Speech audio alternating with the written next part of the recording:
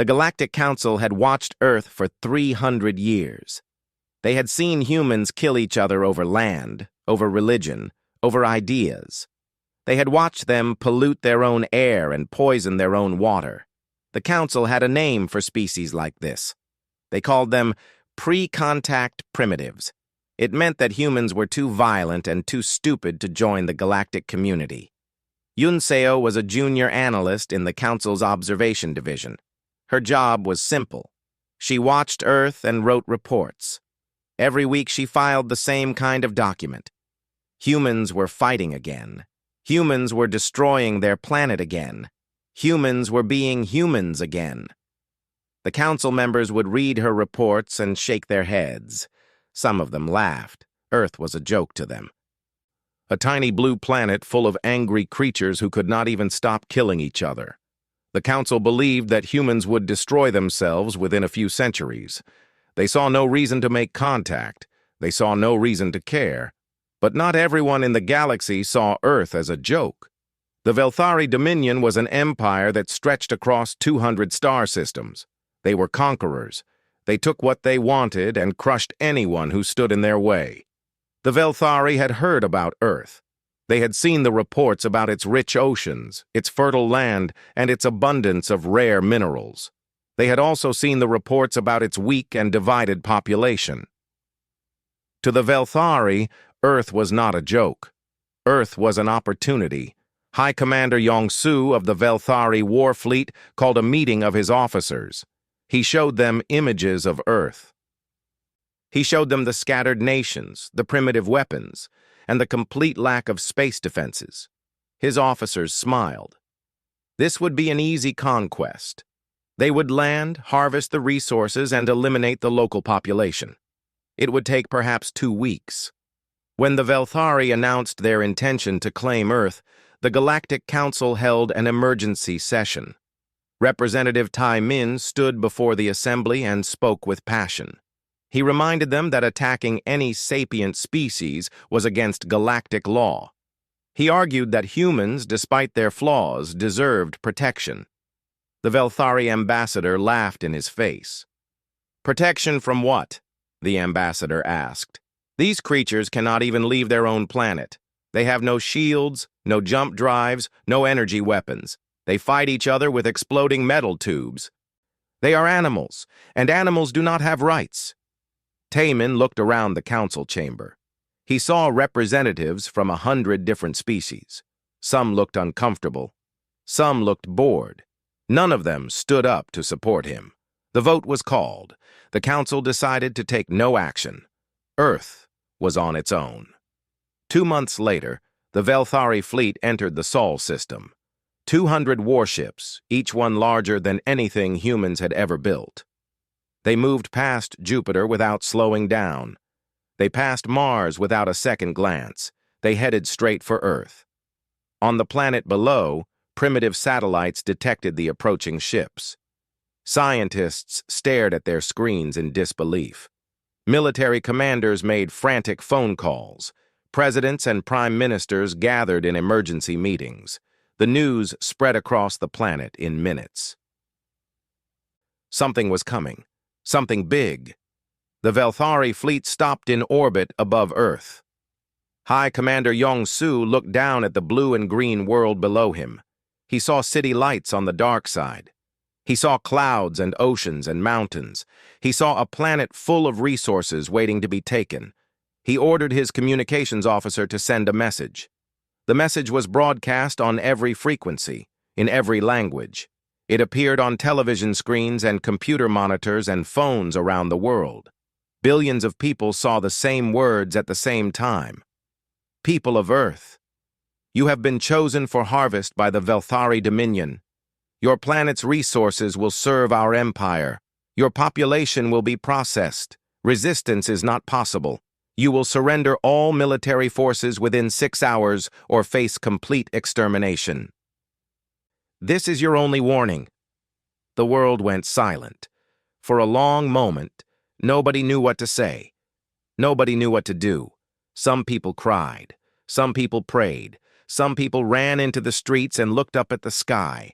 trying to see the ships that had come to end their world. In New York, the United Nations held an emergency assembly. Leaders from every nation crowded into the building. They argued and shouted and blamed each other. They asked questions that nobody could answer. How do we fight? How do we survive?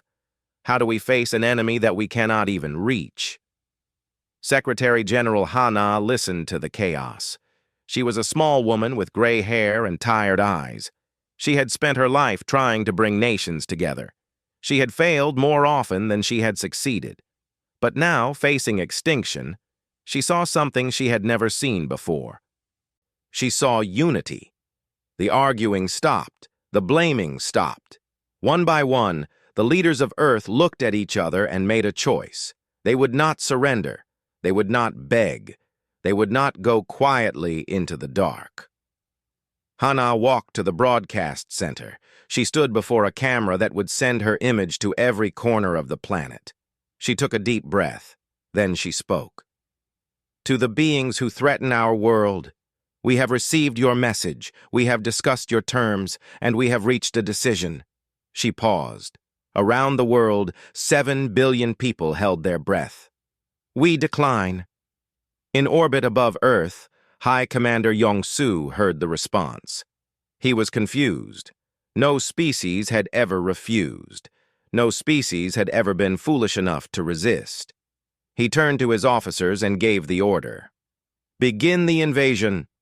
Far away, in the Galactic Council chamber, Yunseo watched the live feed from her observation drones.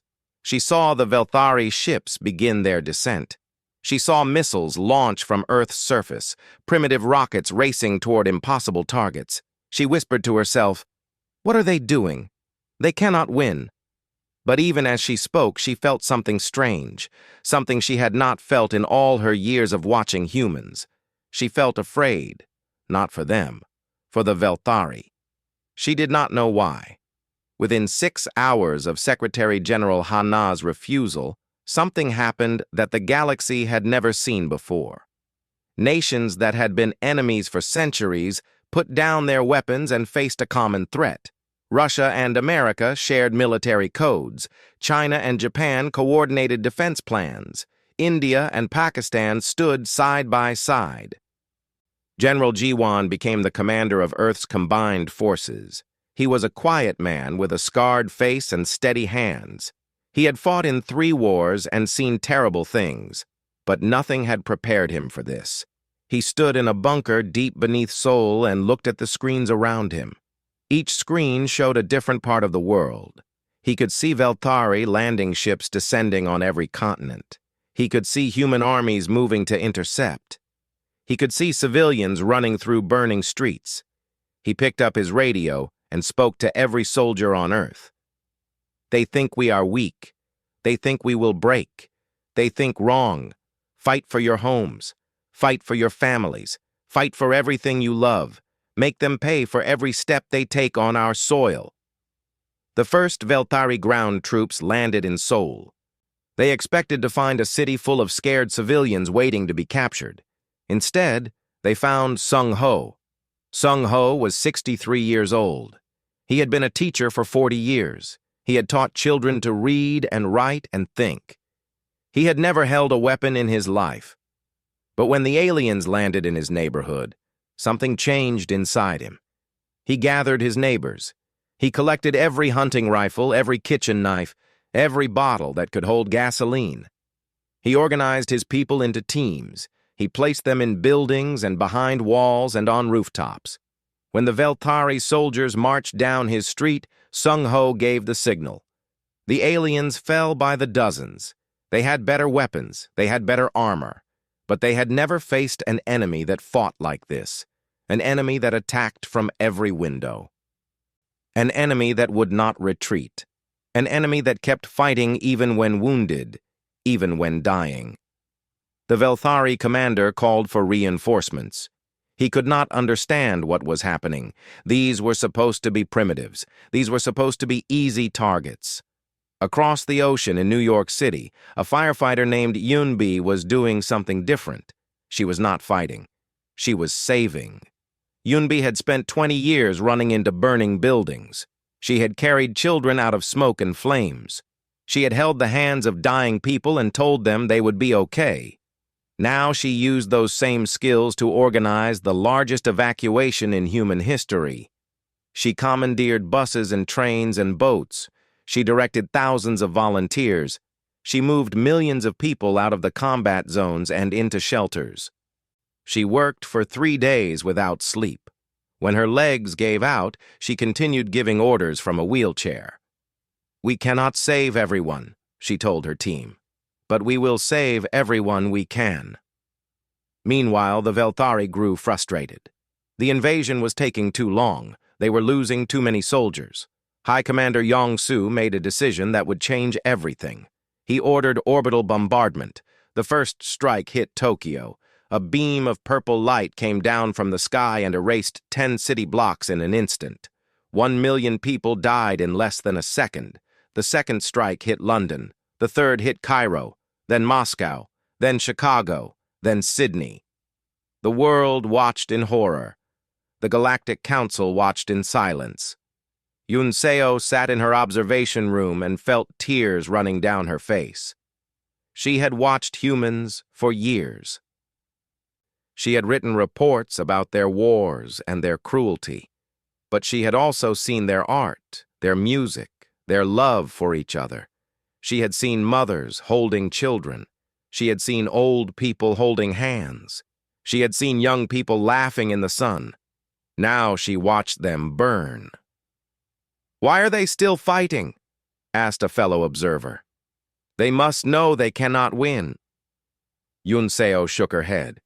"You do not understand them. They are not fighting to win. They are fighting because they do not know how to stop." Deep beneath the Rocky Mountains, in a bunker that had been built to survive nuclear war, an engineer named Hyun Woo was working on something important. He was young and brilliant and very tired. He had not slept in 4 days. His eyes burned from staring at screens. His hands shook from too much coffee, but he did not stop. He was trying to crack the Velthari communication system. He had captured fragments of their signals during the first day of fighting. Now he was trying to decode them. It seemed impossible. The encryption was unlike anything he had ever seen. But Hyun-woo was stubborn. He tried one approach after another. He failed and failed and failed again. His colleagues told him to rest. His commander told him it was hopeless. He did not listen. On the 5th day, something clicked. A pattern emerged. A door opened. Hyun-woo stared at his screen. He could read the enemy's messages. He could hear their commanders giving orders. He could see their battle plans. And he could see something else. Something that made him smile for the first time in days. The Velthari were scared. They had expected a quick victory. Instead, they were losing hundreds of soldiers every day. Their supply lines were being attacked by human guerrillas. Their landing zones were under constant fire. Their commanders were arguing with each other, blaming each other, doubting each other. Hyun-woo picked up his radio and called General Ji-won. "Sir," he said, "I have good news and bad news." "Tell me the good news first." "I can read their communications. I know what they are planning." "And the bad news?" Hyun-woo smiled. That was the bad news. For them. Far away, Yun Seo updated her report to the Galactic Council. Her hands trembled as she typed. "Earth continues to resist. Casualties are in the hundreds of millions. Major cities have been destroyed, but the human military has adapted to Velthari tactics and is mounting an effective guerrilla campaign. Enemy communication networks have been compromised. Recommend continued observation. This situation is developing in unexpected ways." She sent the report and looked back at her screens. Somewhere on Earth, a human soldier was carrying a wounded friend to safety. Somewhere else, a child was being born in an underground shelter. Somewhere else, a scientist was studying a piece of captured alien technology. The humans were dying, but they were not defeated. Not yet. Not ever. Dr. Sora worked in a hidden laboratory beneath the Nevada desert. She was a physicist who had spent her career studying theoretical energy systems. Before the invasion, her work had been considered interesting but useless. Now it might save the world. She held a piece of alien metal in her hands. It had come from a crashed Velthari fighter. It was smooth and light and hummed with strange energy. She had studied it for weeks. She had run thousands of tests, and she had found something incredible. The Velthari shields were not perfect. They were designed to stop energy weapons and plasma blasts. But they had a weakness. They could be overloaded by a specific type of electromagnetic pulse, the kind of pulse that a modified nuclear warhead could produce. Sora called General G1. Her voice was calm, but her heart was racing. "General, I have found a way to kill their ships." 3 days later, a Velthari cruiser was patrolling above the Pacific Ocean. It was hunting for human submarines. Its shields were active. Its weapons were ready. Its crew was bored. They did not see the missile coming. It was an old weapon, a nuclear warhead from the Cold War, modified with new electronics. It flew straight at the cruiser. The Velthari detected it and laughed. Their shields could stop any human weapon. The missile exploded. For a moment, nothing happened. Then the shields flickered. Then they failed. The cruiser hung in the sky, naked and vulnerable. A second missile hit the hull. The cruiser broke in half and fell into the ocean. In the Galactic Council chamber, the news spread like fire. A pre-contact species had destroyed an interstellar warship. It had never happened before. In 10,000 years of galactic history, no primitive race had ever achieved such a thing. Representative Tai Min stood before the assembly.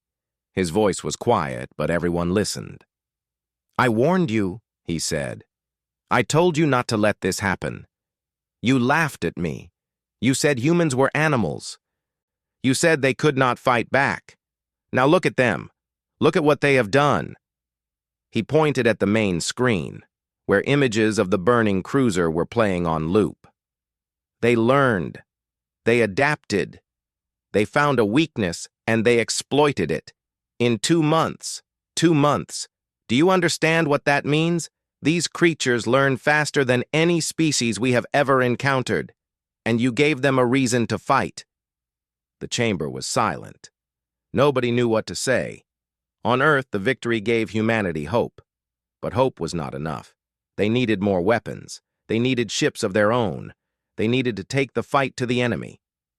A pilot named J1 had an idea. J1 was 30 years old. He had been flying jets since he was 20. He was the best pilot in the Korean Air Force. Some said he was the best pilot in the world. He was also slightly crazy. His plan was simple and insane. He would lead a squadron of retrofitted fighter jets to board a Velthari carrier. They would kill the crew, take control of the ship, and bring it back to Earth. His commander said it was suicide. Jae-won agreed. Then he asked for volunteers. 200 pilots stepped forward. They launched at midnight. 20 jets flying in formation, painted black to hide in the darkness of space. They had been modified with captured alien engines that allowed them to leave the atmosphere. They had oxygen tanks and pressure suits. They had guns and knives and explosives. They did not have a plan for getting home. The Velthari carrier was enormous. It was 5 kilometers long and carried thousands of soldiers. Its weapons could destroy a city in seconds. Its shields could stop any attack.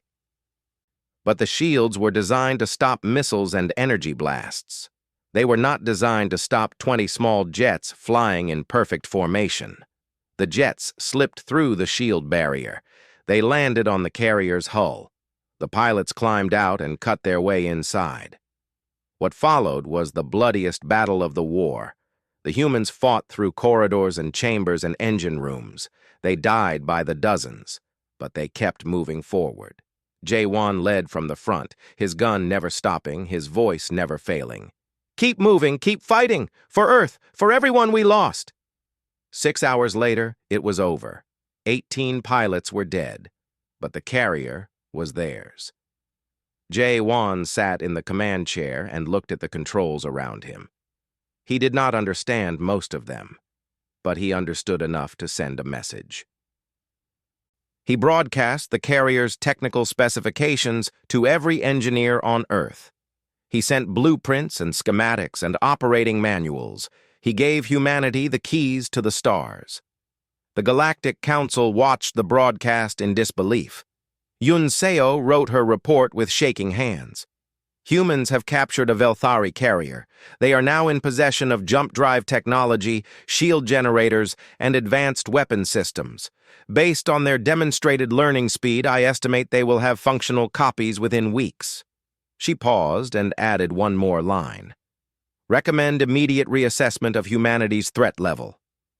On Earth, the engineers went to work. Factories that had made cars started making starship parts. Laboratories that had studied medicine started studying alien technology. Workers who had built bridges started building something new. The first ship was ugly. It was made of alien metal and human steel, held together by welds and hope. It was small and slow and probably dangerous, but it flew. Admiral Minji stood on the bridge and looked out at the stars. She had been a submarine commander before the war. She had spent her life underwater, moving in silence, striking from the dark. Now she commanded humanity's first warship. She named it the UES Defiance. All systems ready, her crew reported. Minji smiled. It was not a kind smile. It was the smile of a wolf who had finally found her teeth. Good, she said. Let's go hunting.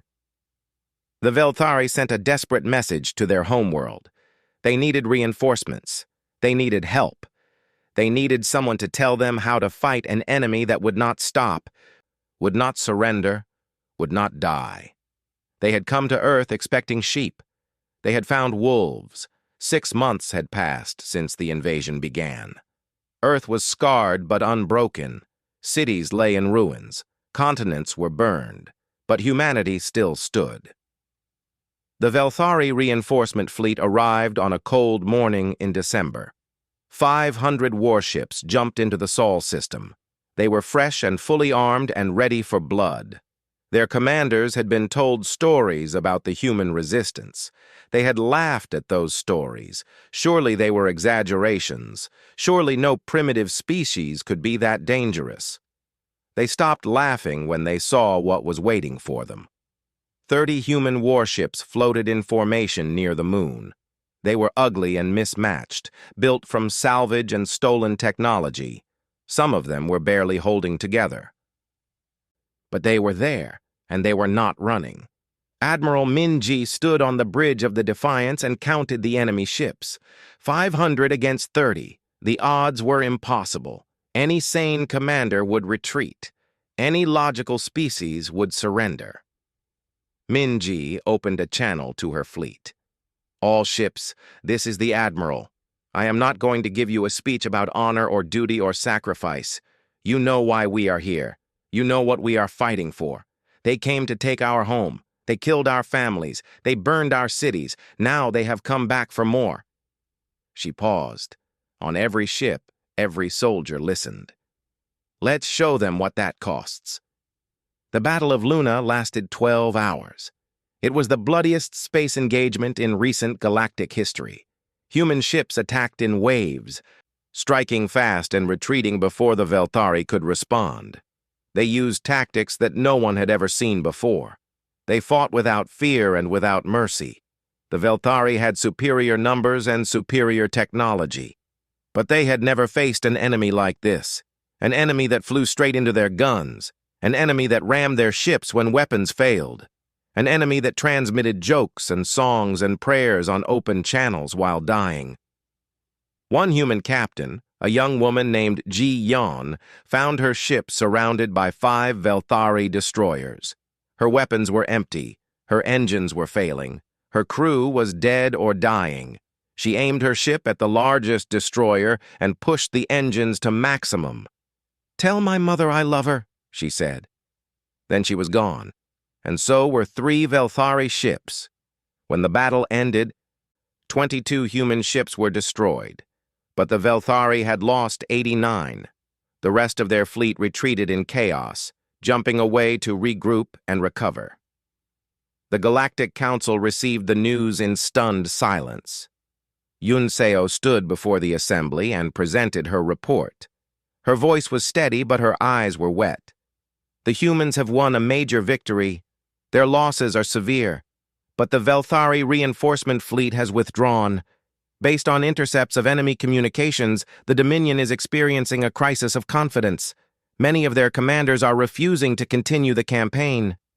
She showed them the casualty figures. 2.3 billion humans dead.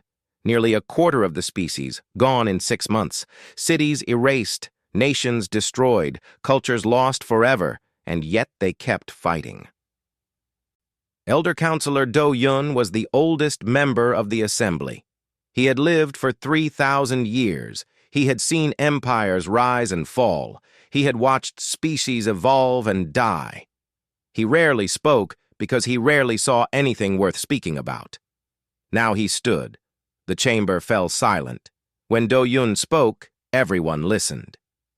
In 10,000 years of galactic history, I have never seen anything like this. We have conquered thousands of worlds. We have studied countless species. We have categorized and classified every form of intelligence in this galaxy, and never, not once, have I seen a species endure such loss and keep standing. He looked at the images of Earth, the burned cities, the mass graves, the survivors digging through rubble with bare hands. We asked ourselves what makes a species great. We measured intelligence and technology and resources. We were wrong. Greatness is not what you have. It is what you will endure, what you will sacrifice, what you will never surrender. He turned to face the assembly. These humans have lost everything, and they are still fighting. Not because they think they can win, but because they do not know how to stop. That is not stupidity. That is something else. Something we do not have a word for. On Earth, a scientist named Hye Jin stood in the ruins of Geneva and prepared to make a broadcast. The city around her was destroyed. The building behind her was burning, but the transmission equipment still worked.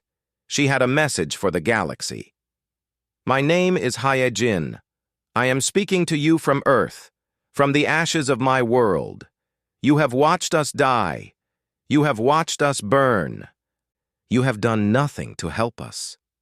She paused and looked directly into the camera.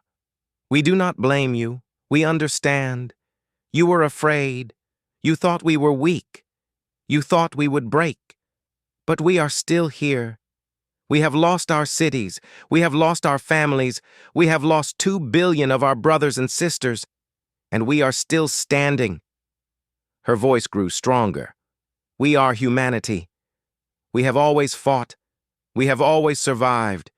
We have faced ice ages and plagues and wars that killed millions. We have fallen and risen and fallen and risen again. This is what we do. This is who we are. And we will never, ever stop. She smiled, and there was something terrible in that smile. To the Velthari who started this war, you have made a mistake. You thought you were hunting sheep. You were wrong. We are not prey. We are predators. And we are coming for you. The broadcast ended. 3 days later, the Velthari Dominion sent a message to the Galactic Council. Their ambassador looked tired and afraid. The Dominion wishes to negotiate a peace with the human species. We request the Council's assistance in facilitating these discussions. In the observation room, Yun Seo read the message 3 times. She could not believe it. The Velthari were surrendering. The wolves had won. The peace negotiations took place on a space station at the edge of the Sol system. The station belonged to the Galactic Council. It was neutral ground. Both sides agreed to meet there without weapons. The Velthari delegation arrived first. There were 5 of them, led by Ambassador Kyung Tai, a veteran diplomat who had negotiated the surrender of a dozen worlds. He was confident and experienced. He had prepared his demands carefully. He expected to face broken survivors begging for mercy. He was wrong. The human delegation arrived 3 hours late. They did this on purpose. They wanted the Velthari to wait. They wanted them to feel nervous. Diplomat Su Min led the human team. She was small and quiet with a gentle face. Before the war, she had been a hostage negotiator in Seoul. She had talked desperate men out of killing themselves and others. She had saved hundreds of lives with nothing but words. Now, she was going to save billions more. She walked into the negotiation room flanked by Admiral Min-ji and General Ji-won. Both of them wore their military uniforms. Both of them had the look of people who had seen too much death and were ready to see more. Ambassador Kyung-tae smiled and began his prepared speech. He talked about peace and cooperation and new beginnings. He talked about the unfortunate conflict and the need to move forward. He talked for 10 minutes without saying anything important. When he finished, Su Min smiled back. "Thank you for those kind words," she said. "Now let me tell you how this is going to work." She placed a document on the table. Article 1. All Velthari military forces will leave the Sol system immediately. Article 2. The Dominion will pay reparations for every human killed in this war. The amount will be determined by us. Article 3. No Velthari ship will ever enter our system again without permission. Violators will be destroyed without warning. Kyung-tae's smile faded. These terms are unacceptable. The Dominion does not surrender. We are here to negotiate a fair settlement. Su Min did not blink. You misunderstand. We are not negotiating. We are informing you of our terms. And if we refuse? Su Min reached into her pocket and pulled out a small tablet. She slid it across the table. Kyung-tae looked at the screen. His face went pale. The tablet showed a live feed from space. The UES Defiance and 12 new warships were orbiting a green and blue world. The world was not Earth. It was the Velthari homeworld. How is this possible? Kyung-tae whispered. You could not have reached our system. The distance is too great. Your technology is too primitive. Admiral Min-ji spoke for the first time. Her voice was ice. We studied your jump drives. We improved them. Your own technology brought us to your doorstep. Right now, my ships are close enough to hit your capital with everything we have. One word from me, and your world burns like ours did. The room was silent. Su Min leaned forward. We do not want to destroy your world. We are not like you, but we will do it if we must. So let me ask you again. Will you accept our terms? Kyung-tae looked at the tablet. He looked at the human diplomats. He looked at the soldiers standing behind them. He saw no fear in their eyes, no hesitation, no bluff. He signed the treaty in less than an hour. The Velthari fleet left the Sol system the next day. They did not look back. They did not send messages. They simply ran. The Galactic Council formally acknowledged humanity's existence 1 week later. Representative Tai Min delivered the welcome address. His voice was trembling. On behalf of the Galactic Council, I welcome the species known as humanity to the galactic community. We recognize Earth as a sovereign world. We recognize humans as a sapient species with full rights and protections under galactic law. We look forward to peaceful relations. He paused and added something that was not in his prepared speech. And we hope that we will never give you a reason to be anything but peaceful. The human ambassador smiled. It was not a comforting smile. In the weeks that followed, something unexpected happened. Messages began arriving at Earth from across the galaxy. Hundreds of them, then thousands. They came from species that had been conquered by the Velthari, from worlds that had been oppressed and enslaved and forgotten, from people who had given up hope long ago. They had seen what humanity had done. They had watched a primitive species stand against an empire and win. They had seen the impossible become possible. Now they wanted to know if humans could help them do the same. Yoon Seo, now serving as humanity's first galactic liaison, read the messages with tears in her eyes. She had spent years writing reports about human violence and failure. She had believed they were doomed. She had been wrong. She wrote her final report to the Council.